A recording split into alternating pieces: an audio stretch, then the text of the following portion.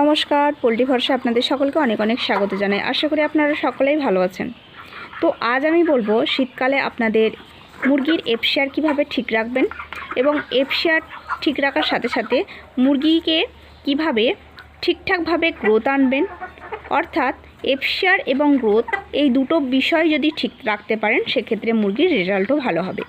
তো আজকের বিষয় এটাই যে মুরগির ভালো রেজাল্ট করতে গেলে আমাদের কয়েকটা টিপস আমাদের ফার্মে অ্যাপ্লাই করতে হবে। তো আমি আজ কয়েকটা টিপসের কথা বলবো যেগুলো অ্যাপ্লাই করলে আপনাদের ফার্মের যে মুরগি বাচ্চার বা মুরগির এফসিআর বলুন বা মুরগির গ্রোথ বলুন সমস্ত কিছুই কিন্তু ঠিকঠাক থাকবে।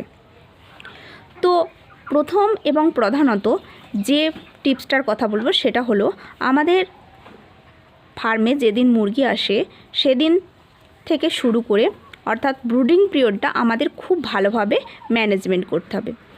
মুরগিকে কেবলমাত্র ভিটামিন বা যে কোনো রকম ক্যালসিয়াম এগুলোর ওপর কিন্তু ভিত্তি করে মুরগি তৈরি হয় না। মুরগি তৈরি হয় বিশেষত আমাদের ফার্মে সঠিক পরিচর্যা এবং বায়োসিকিউরিটি মেনটেন্সের ওপর নির্ভর করে। তো এর জন্য আমাদের সবার প্রথম ব্রুডিংটা খুব ভালোভাবে মুরগিটাকে ব্রুডিংয়ে তৈরি করতে হবে। তো এর জন্য ব্রুডিংয়ে ঠিকঠাকভাবে ভেন্টিলেশন বলুন বা ব্রুডিংয়ের পর্দা মেনটেন্স ঠিকঠাক রাখা, ব্রুডিংয়ে হিট ম্যানেজমেন্ট ঠিকঠাকভাবে করা, ব্রুডিংয়ে জল খাবার ঠিকঠাকভাবে দেওয়া, এগুলো কিন্তু সবসময় সঠিকভাবে করতে হবে। ব্রুডিং পিরিয়ড যদি ঠিকভাবে করতে পারেন সেক্ষেত্রে পরবর্তীকালে মুরগির অন্ততপক্ষে 50% সমস্যা কমে যায়।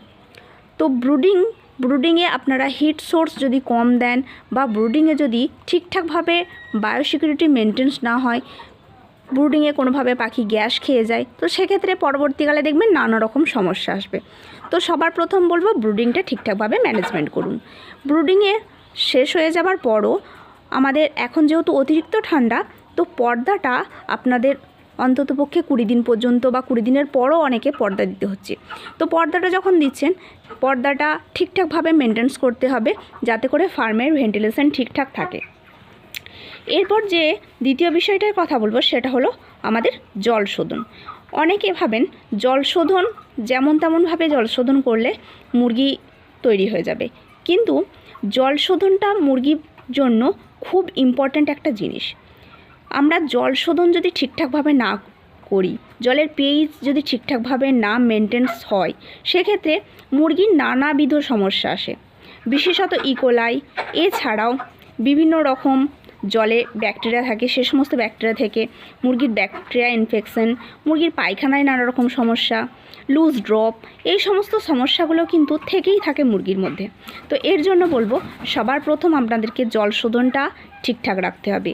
আর জলটা শীতকালে অন্ততপক্ষে সারাদিনে 4 বার শোধন করার চেষ্টা করতে হবে।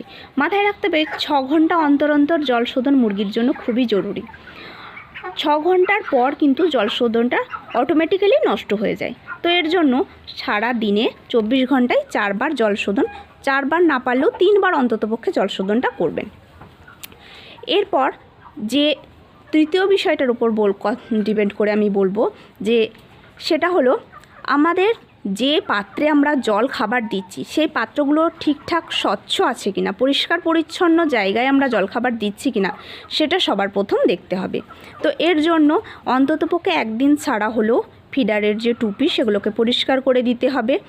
ফিডারের মধ্যে কোনো রকমভাবে ফাঙ্গাস ইনফেকশন থাকা চলবে না।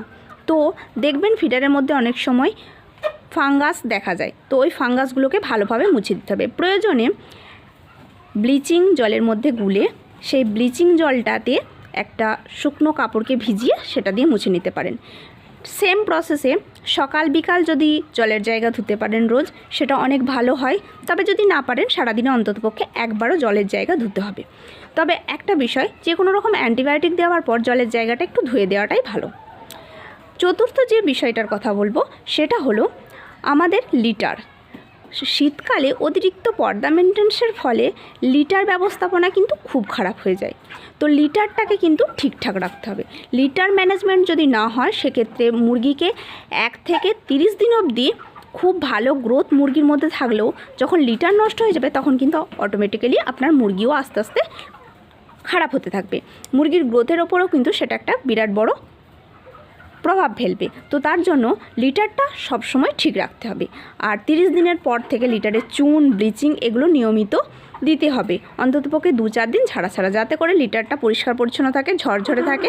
ঝরঝরে পরিষ্কার পরিচ্ছন্ন লিটার থাকলে সেক্ষেত্রে মুরগি খুব ভালো বৃদ্ধি হবে।